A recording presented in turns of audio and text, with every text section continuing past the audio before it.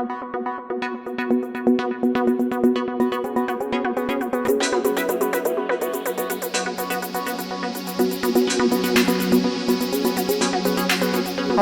au nom de l'ensemble du CREAD, nous avons le plaisir de vous présenter l'auto-évaluation de notre unité de recherche et le projet que nous envisageons pour les années à venir. Notre présentation en plénière s'articulera en 3 points. Un bilan, le projet et ensuite un temps de discussion. S'agissant de l'auto-évaluation d'une activité de 2015 à juin 2020, ça correspond pour une grande part à la conduite de l'unité assurée par Jérôme Hainaut et Jean-Marie Boilvin, sachant que Patricia Marzin-Janvier et moi-même n'avons pris nos fonctions qu'en novembre 2019. Cette partie bilan a donc été co-élaborée avec eux, ainsi qu'avec les membres du bureau, l'ancien et l'actuel, et les responsables de nos services d'appui. Les orientations scientifiques du CREAD pour le contrat évalué, donc comme vous le voyez, le CREAD porte ses objets d'études dans son acronyme. Depuis 2004, le CREAD réunit un ensemble de chercheurs qui se proposent de comprendre et d'expliquer les pratiques d'éducation, de formation, d'enseignement et d'apprentissage dans la variété de leurs contextes et dans la diversité des conduites de leurs acteurs. L'activité évaluée correspond à ce qui s'est fait sur ces 2 axes que vous voyez affichés, l'IA et l'IPE. Autant cette structuration suggérée par le comité AERS précédent a permis de gagner en visibilité pour le CREAD, autant elle a été vécue rapidement comme un peu enfermante et ne permettant pas à tous nos collègues de bien s'y positionner. Une ouverture vers de l'interaxe et la mise en place de nouveaux séminaires plus transversaux nous conduit en fin de ce contrat à revoir notre structuration en l'organisant à partir de programmes de recherche. Nous y reviendrons en fin de présentation.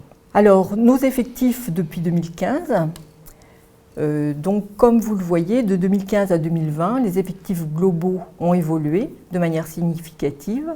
De 106, ils sont passés à 145. C'est peut-être là l'une des raisons, notre besoin d'évolution structurelle.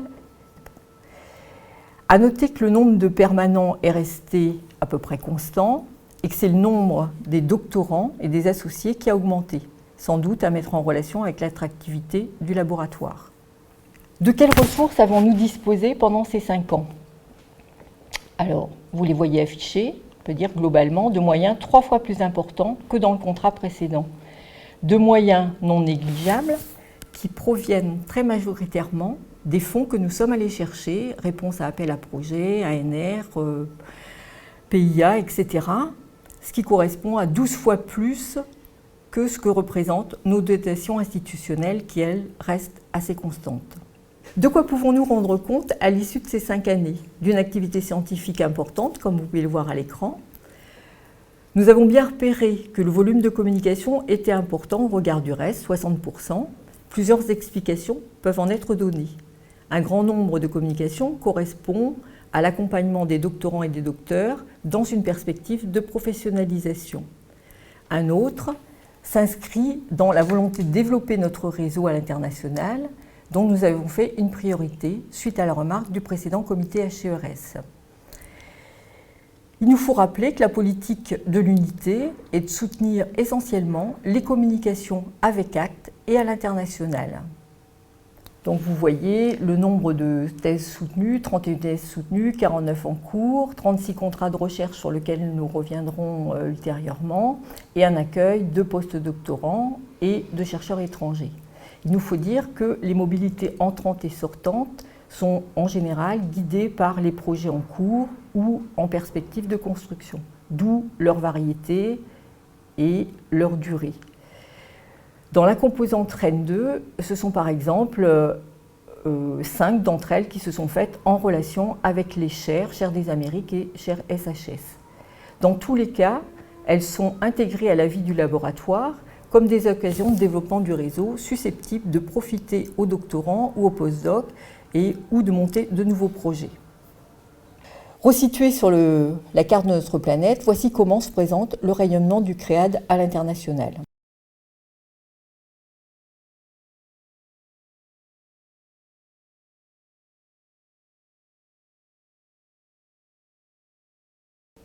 Faits marquants. Dans le cadre de cette auto-évaluation, nous avons été amenés à repérer des faits marquants qui ont eu des effets en termes de production de connaissances, de développement de relations avec la société civile, d'implication dans la formation par la recherche ou de développement d'une plus grande transversalité. Pour vous donner une idée plus concrète, nous vous proposons de détailler plus particulièrement à la suite 3 exemples de ces faits marquants. Ces 2 diapositives présentent l'activité du collectif Didactique pour enseigner. Ce collectif est composé d'une 40aine de personnes de statuts divers et appartenant au CREAD et à d'autres laboratoires de sciences de l'éducation. Ces personnes se retrouvent régulièrement dans le séminaire Action du professeur, où sont travaillés les concepts de la théorie de l'action conjointe en didactique. Ce séminaire est un séminaire interne au PRT 2, 5 et 6 du CREAD. L'activité du collectif est marquée notamment par la publication de 2 ouvrages et d'un 3e ouvrage en préparation. Le premier ouvrage s'intitule Didactique pour enseigner. Il est paru en 2019. Il est composé d'une part de 24 chapitres rédigés par des binômes ou des trinômes dont on peut avoir un aperçu au centre de la diapositive. Ils analysent des situations d'enseignement-apprentissage à l'école ou hors de l'école. Ces chapitres sont complétés de 9 autres chapitres rédigés collectivement pour reprendre et développer les concepts et les modèles mobilisés dans l'ensemble de l'ouvrage. L'objectif est, à partir de l'analyse de situations réelles d'enseignement-apprentissage, de déceler des bifurcations potentielles de l'activité, des contrefactuels qui permettraient de proposer une alternative à la forme scolaire. Plusieurs chapitres de l'ouvrage font en outre mention des ingénieries coopératives qui associent des professeurs, des formateurs et des enseignants-chercheurs. Ces collectifs mettent en place des dispositifs d'enseignement-apprentissage testés dans les classes, analysés et modifiés par le collectif, puis réitérés dans les classes à des fins d'amélioration. La 2e diapositive présente tout d'abord l'ouvrage Enseigner ça s'apprend, paru en 2020. Cet ouvrage est parent du précédent et il est destiné à un plus large public, notamment un public d'enseignants. Comme l'indique le sommaire de l'ouvrage sur la diapositive, les chapitres interrogent des lieux communs concernant la gestion de la classe et les modalités d'apprentissage. Ces chapitres se réfèrent aux recherches en éducation sur les questions évoquées et s'appuient sur des exemples déjà analysés dans l'ouvrage Didactique pour enseigner. Il s'agit là aussi de produire, à partir de l'analyse de situations de classe interrogeant ces lieux communs, des pistes contrefactuelles à la forme scolaire dominante. À nouveau, il nous apparaît que les ingénieries coopératives constituent des institutions pertinentes pour travailler collectivement au renouvellement de la forme scolaire, selon une logique coopérative très différente de celle qui pilote actuellement la formation initiale et continue des enseignants. En conséquence, nous travaillons actuellement sur un 3e ouvrage qui s'intitulera « Un art de faire ensemble, les ingénieries coopératives ». Cet ouvrage prend appui sur la description des ingénieries coopératives en cours ou achevées. Ces ingénieries sont citées sur la diapositive. Il s'agit d'expliciter et de théoriser le fonctionnement de ces dispositifs.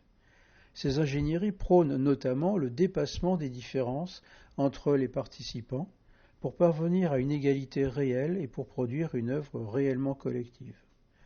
En ce sens, le projet qui traverse ces 3 ouvrages et le projet du collectif Didactique pour enseigner est un projet certes scientifique, mais c'est également un projet politique.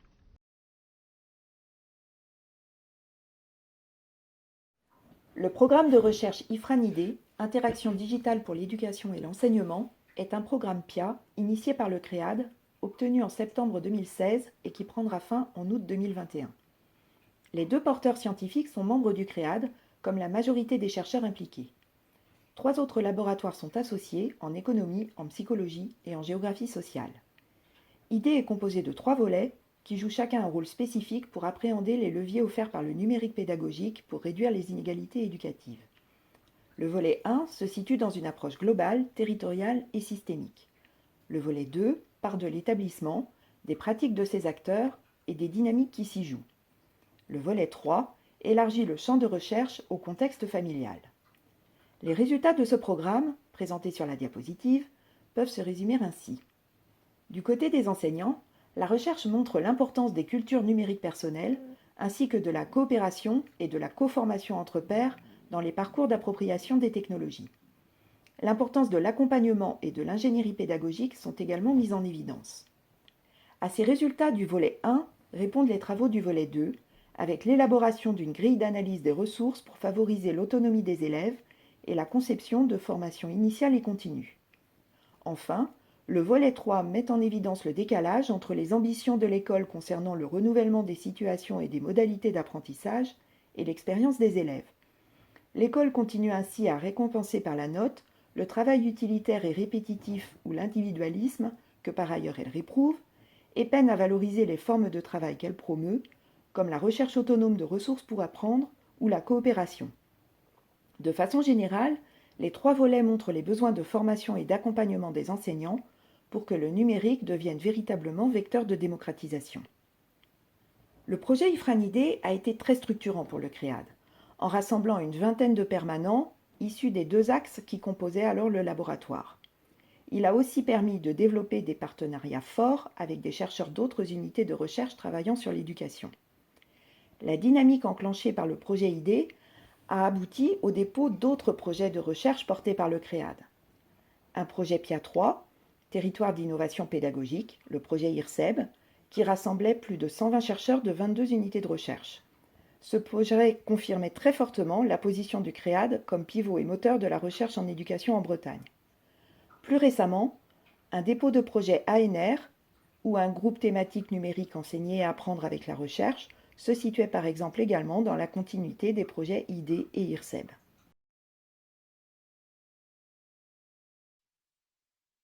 Bonjour, je vais vous présenter le programme DÉSIR, Développement d'un enseignement supérieur innovant à Rennes, un des 5 lauréats du PIA3 d'une, Développement d'universités numériques expérimentales. Il est porté par Rennes 2, en partenariat avec l'Université Rennes 1 et les 8 grandes écoles de l'Alliance Rennes Tech. Son budget est de 2 400 000, dont 1 200 000 en gestion propre pour Rennes 2. L'objectif est de favoriser la transformation des pratiques pédagogiques universitaires pour renforcer la réussite en licence par l'innovation pédagogique et numérique soutenue par la recherche en éducation. Le CREAD est le laboratoire d'appui pour ce projet, dont j'assure la direction scientifique globale et dont Geneviève Lameule assure la responsabilité du Living Lab. Il est structuré en 3 pôles: la maison de la pédagogie qui coordonne le réseau des services d'accompagnement pédagogique, le data tank centré sur le suivi et l'analyse des données pédagogiques porté par l'ENSAI, le Living Lab porté par le CREAD et qui bénéficie d'un capital de recherche unique, ces 17 gros projets liés au numérique éducatif depuis 10 ans. Pourquoi considérer ce projet comme marquant dans l'activité du CREAD? De ma place de responsable du pôle recherche d'E-Living Lab, je vous propose de reprendre quelques-unes de ces caractéristiques et de les situer par rapport aux principes d'action du CREAD et en même temps illustrer comment ce projet participe à annoncer l'activité des programmes de recherche qui structurent à présent notre unité et qui feront l'objet d'une présentation en seconde partie.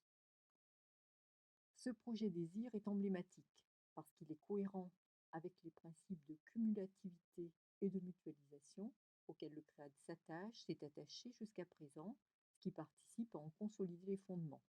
Les projets DÉSIR s'est inspiré du projet IFRAN.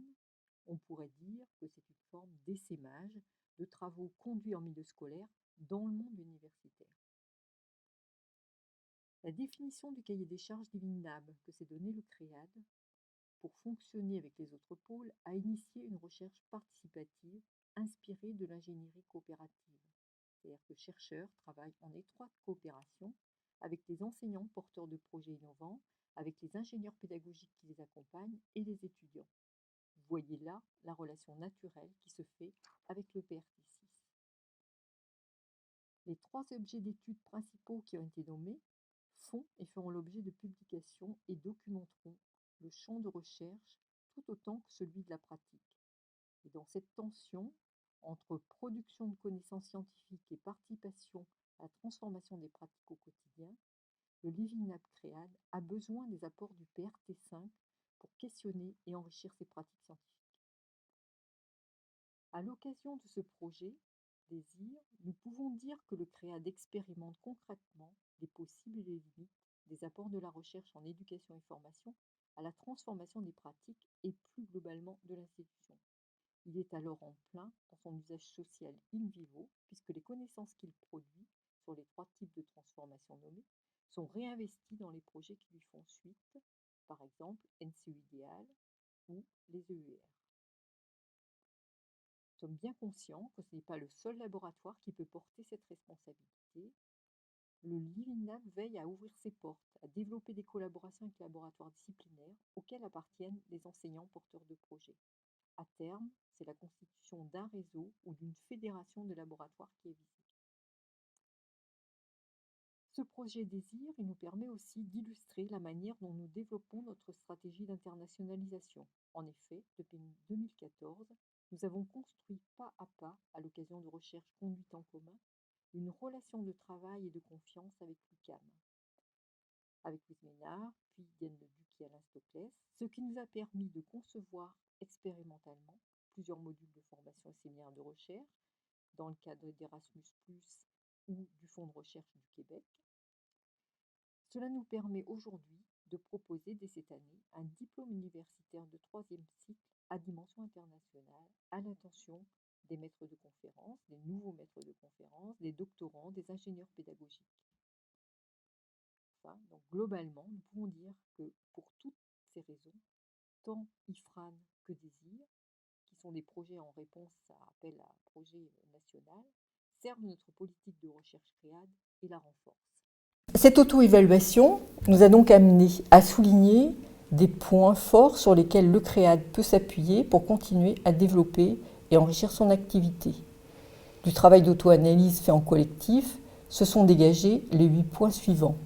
Des cadres théoriques et méthodologiques solides, construits ou en construction, une production scientifique conséquente, comme on vient de voir tout à l'heure, des réseaux de recherche étendus et denses, donc ces 32 projets de recherche nationaux et internationaux durant le contrat, la mise en œuvre de dispositifs pour former, accompagner, soutenir les doctorants, le développement de recherche avec le souci d'établir un lien étroit avec la société civile, la reconnaissance de l'expertise du CREAD en recherche en éducation et formation, reconnue par un certain nombre de nos collaborations avec plusieurs des ministères.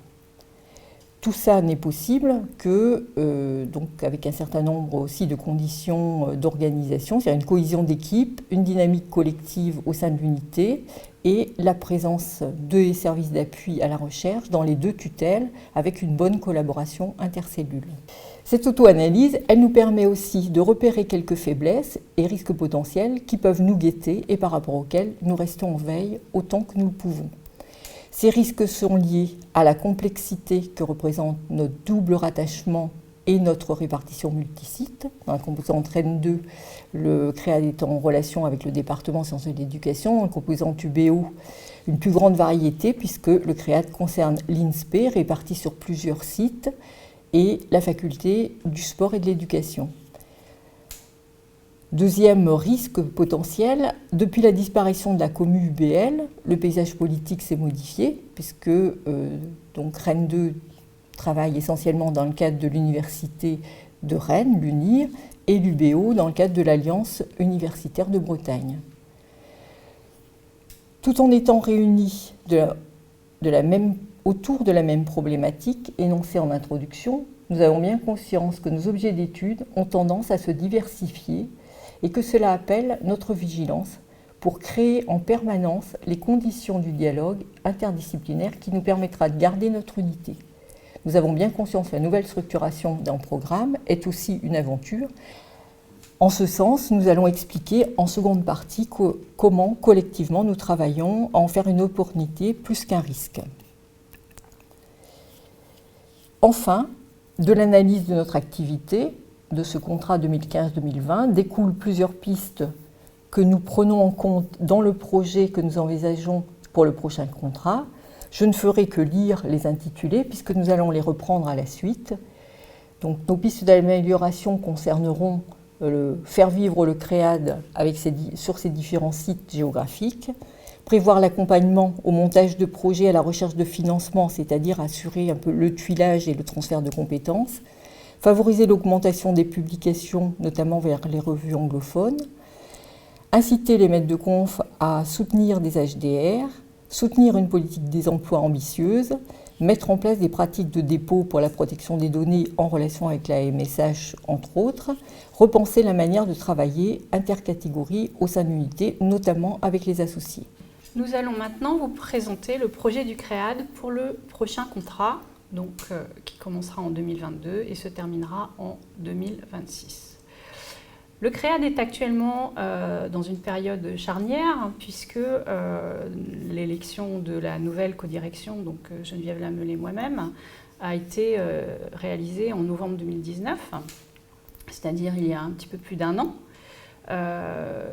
Cette codirection s'est appuyée pour son élection sur l'ancien règlement intérieur, mais il y avait la nécessité de disposer d'un nouveau règlement intérieur qui permette de mettre en place une gouvernance fonctionnelle qui s'appuie sur sa nouvelle structuration que je vais présenter maintenant. Donc ce nouveau règlement intérieur vient tout juste d'être voté par les instances en février 2021. Donc le CREAD vient tout juste et est encore en restructuration scientifique, puisque nous sommes passés de 2 axes, donc l'ancienne structuration, en 3 programmes de recherche thématique et 3 programmes de recherche transversaux, ce que ne permettait pas l'ancien règlement intérieur. Alors pourquoi nous avons été amenés à restructurer, à effectuer cette restructuration? D'abord, comme l'a dit Geneviève tout à l'heure, il y avait une nette augmentation des effectifs du CREAD, puisqu'on a une augmentation de plus de 50% de ses membres, de l'ensemble de ses membres. Comme elle l'a dit, également une difficulté à faire fonctionner les axes. Un risque de parcellisation du travail scientifique et aussi la nécessité d'une meilleure visibilité en externe par rapport aux thématiques de recherche développées au CREAD. Donc pour pallier à toutes ces difficultés, nous avons construit cette restructuration qui s'est faite de manière collective et qui est maintenant complètement fonctionnelle. Donc l'organigramme montre l'organisation interne, c'est-à-dire un binôme de direction qui se réunit à peu près une fois par semaine avec ou sans les responsables des services d'appui. Nous mettons en œuvre un management de type qui va vers un management participatif, délégatif voire participatif. La politique et l'organisation du laboratoire sont discutées en réunion de bureau qui comprend les 13 responsables de programmes de recherche et le binôme de direction et les personnes des services d'appui. Donc un bureau très large mais qui correspond bien à notre mode de fonctionnement qui se veut collectif. Les décisions qui sont prises en bureau sont soumises au conseil d'unité qui, lui, se réunit 3 fois par an, donc décisions qui sont validées ou pas par le conseil d'unité. Le calendrier scientifique du laboratoire a été élaboré pour l'année. Il comprend 3 journées de travail sur les PRT par an, une journée de présentation des projets scientifiques où tous les porteurs de projets présentent là où ils en sont de leur travail à l'ensemble des membres du laboratoire. C'est quelque chose que nous avons initié à partir de cette année en faisant le constat que les membres du CREAD n'étaient pas toujours au fait de ces projets et aussi dans le but de faire partager l'expertise des porteurs de projets ou des membres impliqués dans ces projets à l'ensemble des membres du laboratoire. Le séminaire de rentrée, qui est notre assemblée générale, se tient une fois dans l'année et il se déroule en général dans un site agréable, hors les murs de l'université, quand cela était possible, ce qui n'est plus évidemment le cas aujourd'hui, mais nous pensons bien sûr que ça reviendra très vite. Chaque programme de recherche gère son calendrier de travail et dispose d'un budget propre. Il a donc une certaine autonomie. Un gros travail d'élaboration scientifique a été élaboré depuis 1 an, et même plus, presque 2 ans, par chaque programme de recherche et qui a donné lieu à la rédaction collective d'une fiche structurée un peu en mode projet qui présente la problématique du projet de recherche, les actions, le calendrier, les différents jalons au cours des 5 années, la liste des membres, les journées d'études prévues et j'ajoute que des outils de travail collaboratif sont utilisés pour mener à bien ce travail collectif. En effet, un outil partagé a été élaboré afin de réguler le calendrier du laboratoire et de rendre visibles les différents événements, comme j'en ai déjà cité certains, les journées du CREAD, les réunions inter-PRT, intra-PRT, les séminaires de spécialité qui sont maintenant rattachés à chaque PRT, les journées d'études proposées aussi par chaque PRT, et ce calendrier est discuté et validé en réunion de bureau.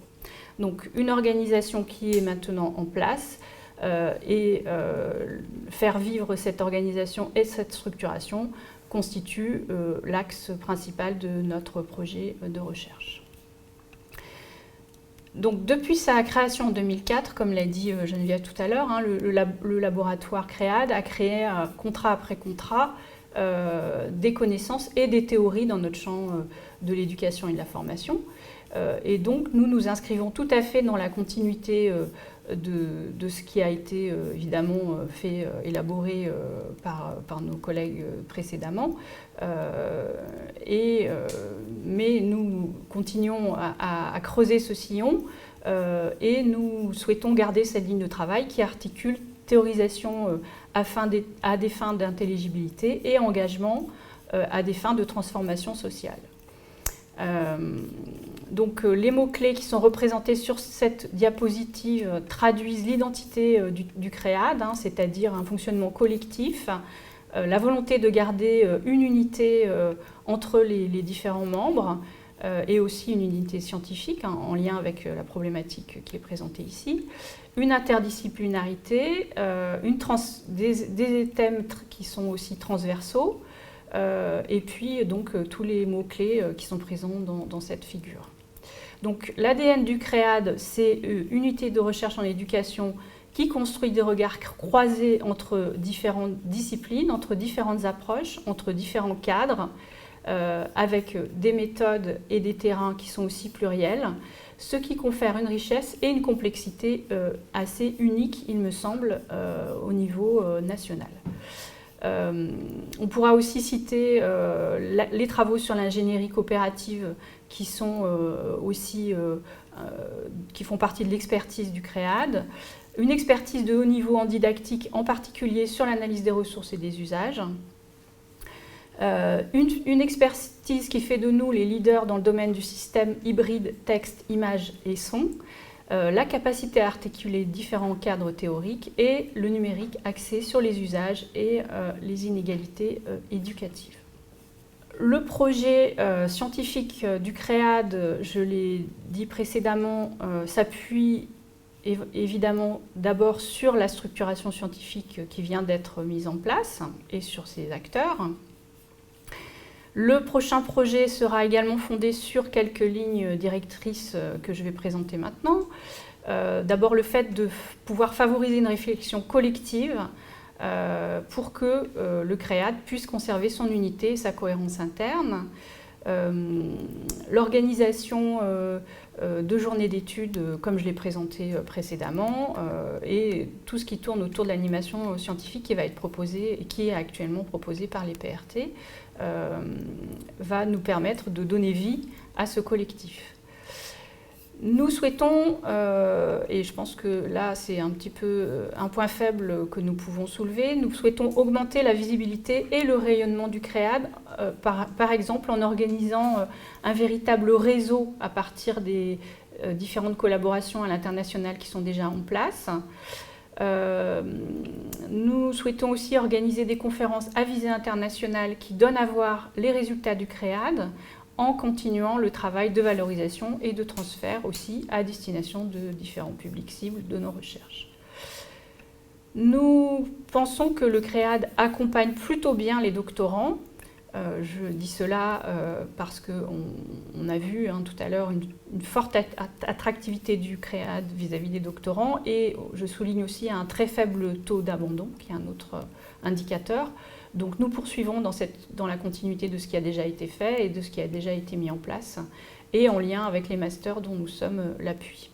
Le CREAD, comme nous l'avons dit, voit son nombre de permanents diminuer alors que son attractivité augmente, ce qui peut être par la suite une difficulté. Donc un plan de recrutement a été élaboré en interne pour les 5 ans à venir, avec des profils qui ont été déjà rédigés, et nous avons anticipé les départs en cours ou à venir, et ceci se fait dans le dialogue évidemment avec des directeurs et directrices de composantes d'enseignement et les présidents de nos 2 universités.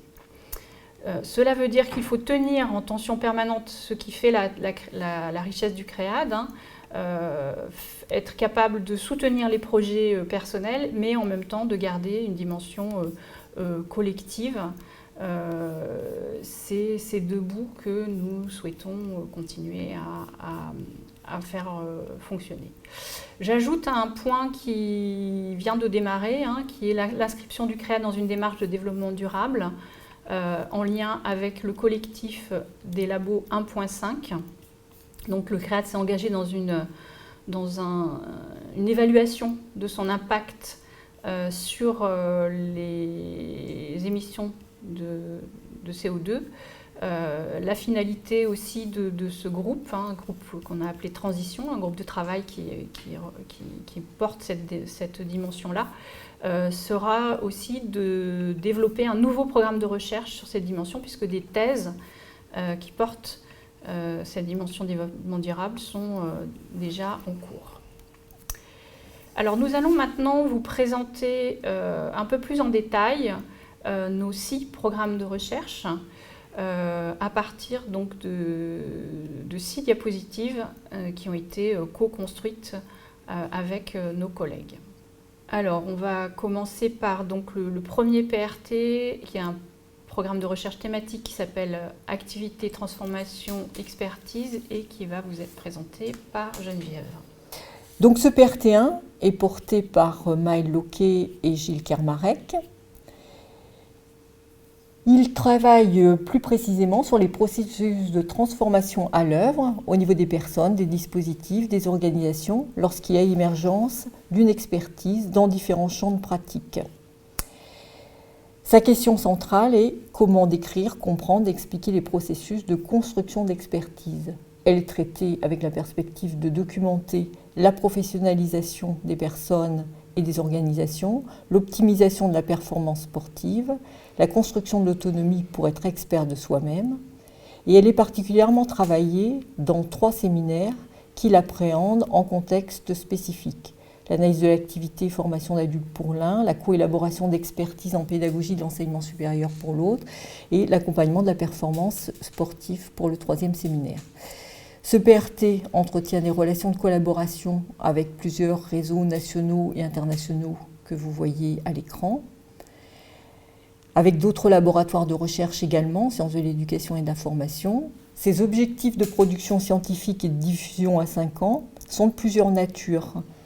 Contribuer à théoriser le lien entre expérience et expertise, et pour ça un appel à écriture a été lancé au sein du PRT pour un ouvrage commun. Préciser les relations complexes entre humain et objet technique sous l'angle d'une approche anthropo-écologique de l'activité humaine et de l'environnement, un ouvrage est en cours. Contribuer à des recherches-actions en lien avec le PRT 6 sur des problématiques de transformation dans le champ de la formation d'adultes en territoire breton, par exemple le projet Agora, et puis organiser un certain nombre d'événements scientifiques au niveau national et international, les journées d'études avec la SFPS, le congrès international de pédagogie et enseignement supérieur qui aura lieu en 2022 à Rennes. Bonjour, je suis Maëlle Loquet, co-responsable du PRT 1 avec Gilles Kermarek. Et donc, je vais vous présenter un des projets de ce PRT qui s'intitule « Se préparer à l'action », qui est piloté par Jérôme Guérin, donc professeur d'université à Brest et mis en place dans le cadre du séminaire AEF, Activité et environnement de formation.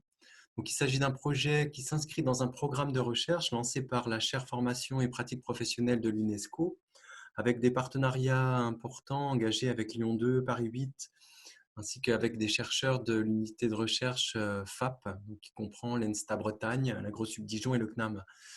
Donc, le questionnement central qui est traité dans cette recherche, c'est comment agissent des professionnels dans des situations sursollicitantes qui sont vécues comme des crises. Comment est-ce que ces personnes en situation apprennent de et par l'action et développent une capacité de résilience. C'est un projet qui a démarré en 2020 et donc très récemment, il y a eu 3 séminaires où on a accueilli des experts de la gestion de crise. Et donc, par exemple, un de ces experts a témoigné de la façon dont la crise sanitaire a été gérée dans une grande métropole. Lors du tout dernier séminaire, en mars, il y a eu des pistes de problématisation d'échafaudés sur la façon dont ces experts pensent les situations de crise. Donc, le cadre conceptuel et méthodologique principal qui est mobilisé ici, c'est l'approche écologique de l'activité humaine et de l'environnement, avec 2 approches qui sont mises en dialogue. D'une part, l'approche socio-technique qui théorise les interrelations entre humains et objets techniques, qui a été formalisée par Brigitte Albero, et donc le cours d'action qui met l'accent sur l'activité effective des acteurs autour du postulat d'un sujet expert de sa situation. L'objectif de recherche qui est poursuivi, c'est d'approcher l'expérience des professionnels quand ils sont dans l'obligation de reconfigurer complètement leur activité, comme ce fut le cas par exemple pour les enseignants à l'université avec la mise à distance forcée des enseignements. L'hypothèse principale, c'est de considérer les professionnels comme experts de leur situation et comme ayant les capacités de comprendre leur situation pour agir efficacement. Les terrains investigués concernent les champs de l'industrie, de la formation, de la banque, des collectivités. Et autour de ce projet, on peut décliner 3 défis majeurs que l'on retrouve finalement dans les autres séminaires du PRT1. Le premier défi d'ordre épistémologique, c'est comment aborder l'expérience dans de telles situations de crise où justement ces expériences sont par définition difficiles à anticiper. Le deuxième défi, qui est tout à fait lié au premier, il est d'ordre méthodologique. C'est finalement comment accéder d'une part au vécu des personnes dans de telles situations et comment accéder à ce que les personnes en font et donc à la façon dont les acteurs pensent leur expérience. Et puis, il y a un troisième défi d'ordre praxéologique, c'est-à-dire que les savoirs produits doivent pouvoir permettre d'aider à la conception de situations de formation visant à développer des compétences pour agir en situation de crise. Voilà un petit peu un projet développé dans le cadre du PRT1 et donc je vous remercie pour votre attention. Je vais maintenant donc passer la parole à Patricia pour vous présenter le PRT2. Donc ce PRT intitulé Pratique de savoir, éducation et apprentissage est porté par Didier Cariou et Hugues Pontecouteau. Les membres de ce programme de recherche thématique travaillent sur la transmission et l'appropriation du savoir à l'école et dans les lieux d'apprentissage aussi divers que les établissements de soins, les associations, les institutions culturelles, artistiques, familiales, etc. Ils travaillent ces thématiques en cherchant à croiser les approches de différents cadres théoriques de la didactique comparée ou encore de faire dialoguer didactique, sociologie, psychologie et philosophie. La question centrale qui anime ce PRT questionne le rapport au savoir. Comment apprend-on ? Comment fait-on apprendre tout en contribuant à favoriser des processus d'autonomisation, d'émancipation et d'inclusion ? Ce PRT entretient des liens avec plusieurs collectifs et laboratoires qui sont présentés ici au niveau national et international. Les membres de ce programme de recherche sont déjà engagés dans la publication de plusieurs ouvrages qui sont parus en 2020 et qui sont encore en cours d'écriture. Le programme de recherche thématique numéro 2 a prévu 2 journées d'études cette année en 2021. Une première journée d'études sur les contrefactuels en juin 2021 et une deuxième journée d'études sur l'éthique intellectuelle et l'épistémologie des vertus qui se déroulera en septembre 2021 et qui verra l'invitation de chercheurs, de collègues au niveau national et international.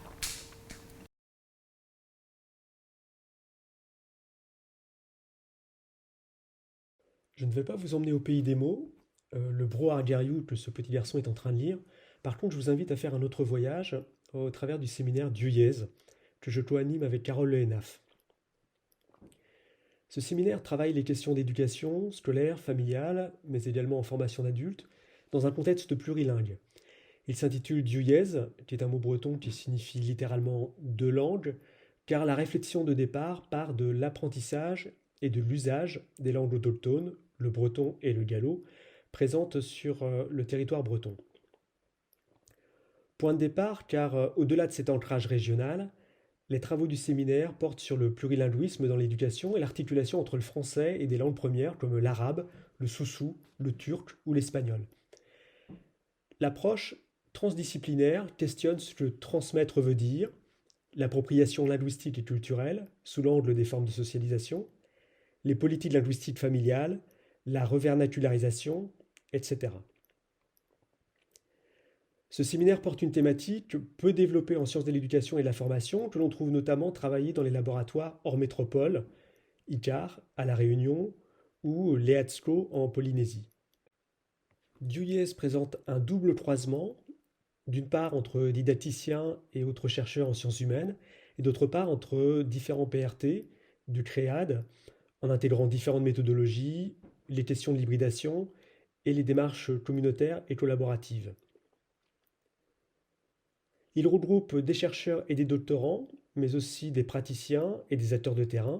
C'est un séminaire qui est ouvert. Par exemple, en 2019, nous avons travaillé avec des lycéens de Diwan pour comprendre l'articulation entre la langue française et la langue bretonne dans un contexte scolaire. Les méthodologies développées sont qualitatives, par observation participante et entretien. Les résultats portent sur un état des lieux de l'éducation, en milieu scolaire et dans les familles, et permettent de lister notamment des indicateurs favorisant ou non l'apprentissage d'une langue autochtone ou première, ainsi que des processus d'apprentissage. Les résultats obtenus questionnent fortement les politiques d'éducation en langue minoritaire, privées ou publiques, qui ont été jusqu'à maintenant uniquement centrées sur l'apprentissage en milieu scolaire, et les décisions prises à l'égard de l'enseignement des langues. Ces résultats, au carrefour de l'éducation, de la sociolinguistique et de plurilinguisme, ont également une finalité de soutien et de conseil à l'attention des régions, notamment pour les politiques linguistiques éducatives. Ce séminaire intègre également une dimension internationale car nous travaillons avec des chercheurs allemands, autrichiens, béninois, et avec ces derniers, les travaux portent sur l'éducation scolaire et notamment sur la conception de manuels en langue nationale, en fon, en yoruba, la stigmatisation de la pratique de ces langues à l'école et l'alternance codique. Merci dehors d'Aveza Shilawatahaman. Merci pour votre écoute. Le PRT, le programme de recherche suivant, s'intitule Socialisation, culture et inégalité éducative. Il est porté par Pierre Perrier et Daniel Faggianelli. Les membres de ce PRT travaillent sur les enjeux et les processus sociaux de l'éducation, qui est pensé dans une acception large, avec ou sans action éducative explicite et réfléchie. La problématique de ce PRT cherche à comprendre comment s'articulent les différentes formes de socialisation des enfants et des jeunes et quels sont les effets inégalitaires ou d'émancipation de ces formes de socialisation. La méthodologie utilisée est plurielle et s'adresse à différents contextes et différentes institutions. Les membres de ce PRT ont publié plusieurs ouvrages qui sont nommés, qui sont décrits dans la diapositive. Ces ouvrages récents sont des références du domaine.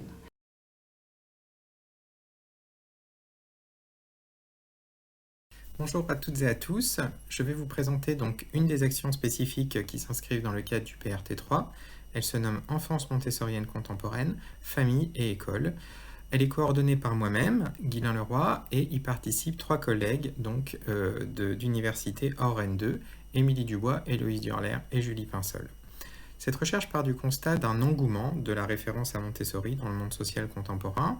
Cette référence à Montessori se retrouve dans différents espaces sociaux, les écoles, les familles, et elle traduit, selon nous, donc des évolutions en termes de socialisation enfantine que nous voudrions étudier. Cette recherche met en dialogue la sociologie et la pédagogie, en quoi elle répond au projet théorique interdisciplinaire des sciences de l'éducation.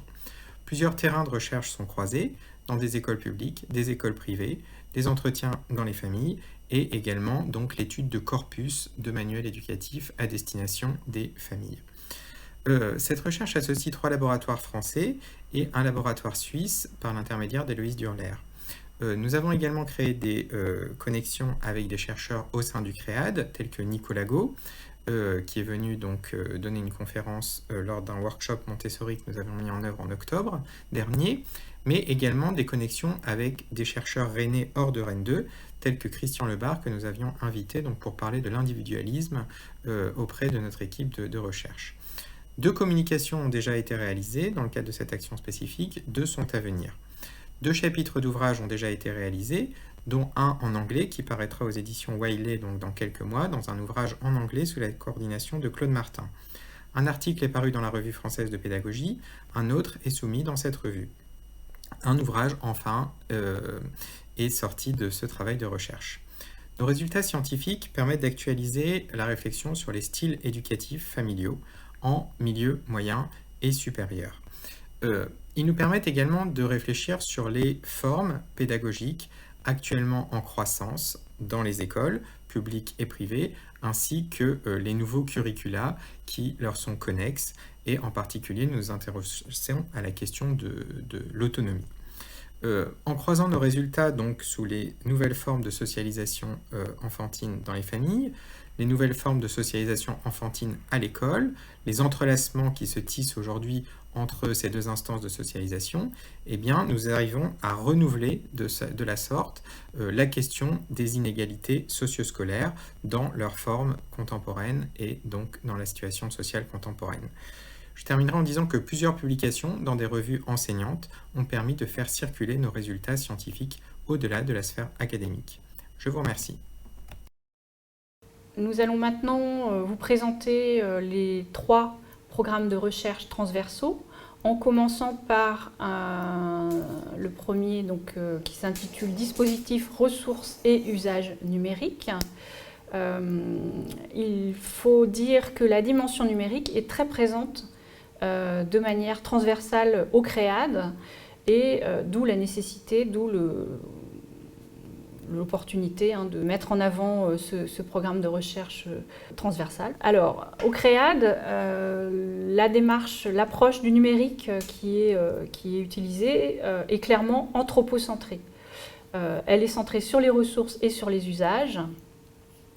Ce programme de recherche regarde particulièrement comment différents publics font face aux exigences du numérique d'un point de vue sociétal et professionnel. Il s'agit d'identifier les différents moments de construction des usages et de comprendre les processus de conception des dispositifs et également de travailler la question du numérique et des parcours de vie, parcours de professionnalisation, et de regarder comment le numérique s'inscrit dans ces parcours. Plusieurs projets structurants pour le CREAD ont porté la dimension numérique, en particulier les récents projets IFRAN qui sont en train de se terminer. Et également, nous signalons le fait que de nouveaux projets viennent d'être acceptés, comme le projet Collab&Book et le projet XCAL en lien avec l'IMT Atlantique, ou le projet Réalité virtuelle en EPS qui a remporté donc un financement de la part de l'Agence régionale de santé. J'ajoute que le CREAD est très présent dans les GTNUM donc, proposés par le ministère de l'Éducation nationale, puisqu'il est porteurs ou impliqués dans 3 GTNUM dont nous avons mis l'intitulé ici. Je passe maintenant la parole à Geneviève qui va vous présenter le programme de recherche transversale qui s'intitule Épistémologie et méthodologie, hybridation en sciences de l'éducation et de la formation. Alors, ce PRT5, il est porté par Jean-Noël Blocher, Agathe Dirani et Laurent Mail. En tant que PRT transversal, il puise dans l'ensemble des objets travaillés dans les PRT thématiques. Il porte sur les méthodologies de recherche dans toute leur diversité, c'est-à-dire de la définition des cadres théoriques mobilisés aux méthodes employées dans la mobilisation des données empiriques. Il s'intéresse tout particulièrement aux hybridations dans et entre les processus de recherche. Ces hybridations peuvent prendre différentes formes. Entre des cadres théoriques, le recours à différents emprunts disciplinaires pour définir des objets empiriques par exemple, entre différents types de matériaux empiriques, l'usage de la vidéo, du texte, de l'image, ce qu'on appelle les systèmes hybrides, des traces, entre les types de preuves, preuves statistiques, preuves anthropologiques, etc., entre les pratiques de recherche, de chercheurs au travail, le renouvellement des méthodes, bricolage, adaptation, itinéraire, méthodo, posture, etc. Ce PRT se structure autour d'une question centrale qui est celle de l'innovation méthodologique dans les recherches sur l'éducation et la formation. Comment, à quelles conditions ces innovations prennent-elles forme? Quel est le statut méthodologique des données produites? L'objectif est de produire une réflexion épistémologique approfondie sur les sciences de l'éducation et de la formation. Ce qui a amené à se saisir de cet objectif, c'est le constat du caractère trans et interdisciplinaire des sciences de l'éducation et de la formation, et aussi la diversité des travaux au sein du CREAD. Il s'agit donc pour ce PRT de faire fructifier la diversité du CREAD, de construire un espace de réflexivité de formation et de fonder un programme scientifique sur la thématique. En termes d'organisation, il se veut un espace de dialogue structurant au sein du laboratoire, en interaction permanente avec les autres PRT. Le séminaire hybridation constitue son creuset de réflexion, si on peut dire, et il développe cette réflexion en collaboration avec bien d'autres partenaires, la MSHB, l'Institut brestois des sciences de l'homme et de la société, la SFR Visa par exemple. Dans la lignée des productions déjà réalisées qui sont affichées, et qui ont été produites dans le cadre du séminaire existant dans le précédent contrat, ce PRT envisage de nouvelles productions, un projet d'ouvrage collectif, probablement en réponse à un appel à projet de la MSHB, des publications d'articles et peut-être aussi un projet de colloque international, donc co-organisé avec l'ensemble des PRT. Donc le PRT 6, recherche coopérative et collaborative, qui est piloté par Éric Bertrand et Carole Lehenaf, met la focale sur des démarches et modalités de recherche comme celles de recherche-action, recherche participative, ingénierie coopérative, etc. C'est un double constat qui, après de longues discussions dans ce passage des axes à une autre forme de structuration pour le CREAD, nous a conduit à en faire un objet d'étude à part entière. Comme ça a été évoqué en PRT1, ces formes de recherche se retrouvent dans plusieurs projets en formation d'adultes, en pédagogie de l'enseignement supérieur. Elles sont également au cœur du travail que conduit le CREAD avec l'Institut français d'éducation depuis de nombreuses années dans les lieux d'éducation associés, par exemple. En même temps, le constat est fait que la recherche participative, mobilisant différents acteurs, des chercheurs, des enseignants, des ingénieurs pédagogiques, des étudiants, des acteurs de terrain, est de plus en plus sollicitée en sciences humaines et sociales pour étudier les questions d'éducation dans toute leur finesse et leur complexité. Ce double constat donc, nous a motivés pour questionner, en relation avec le PRT5, les fondements épistémologiques et méthodologiques de ces pratiques de recherche, ses effets sur la nature des connaissances ainsi que sur les transformations produites. Comme vous le voyez sur la diapositive affichée, cette recherche se conçoit, se conduit et s'étudie en collaboration avec les LEA que je viens de nommer, mais également avec la société civile, par exemple avec les Compagnons du Devoir. En tant que programme portant une thématique transversale, Le PRT6 prévoit de s'associer au PRT2 pour porter une réflexion spécifique sur l'ingénierie coopérative dans le cadre du prochain colloque de la TACD de juin 2021 ou celui de l'ouvrage en cours sur le même sujet. L'organisation de journées d'études à son initiative ou à la demande des autres programmes lui permettra de jouer son rôle de programme transversal, ressource pour le collectif.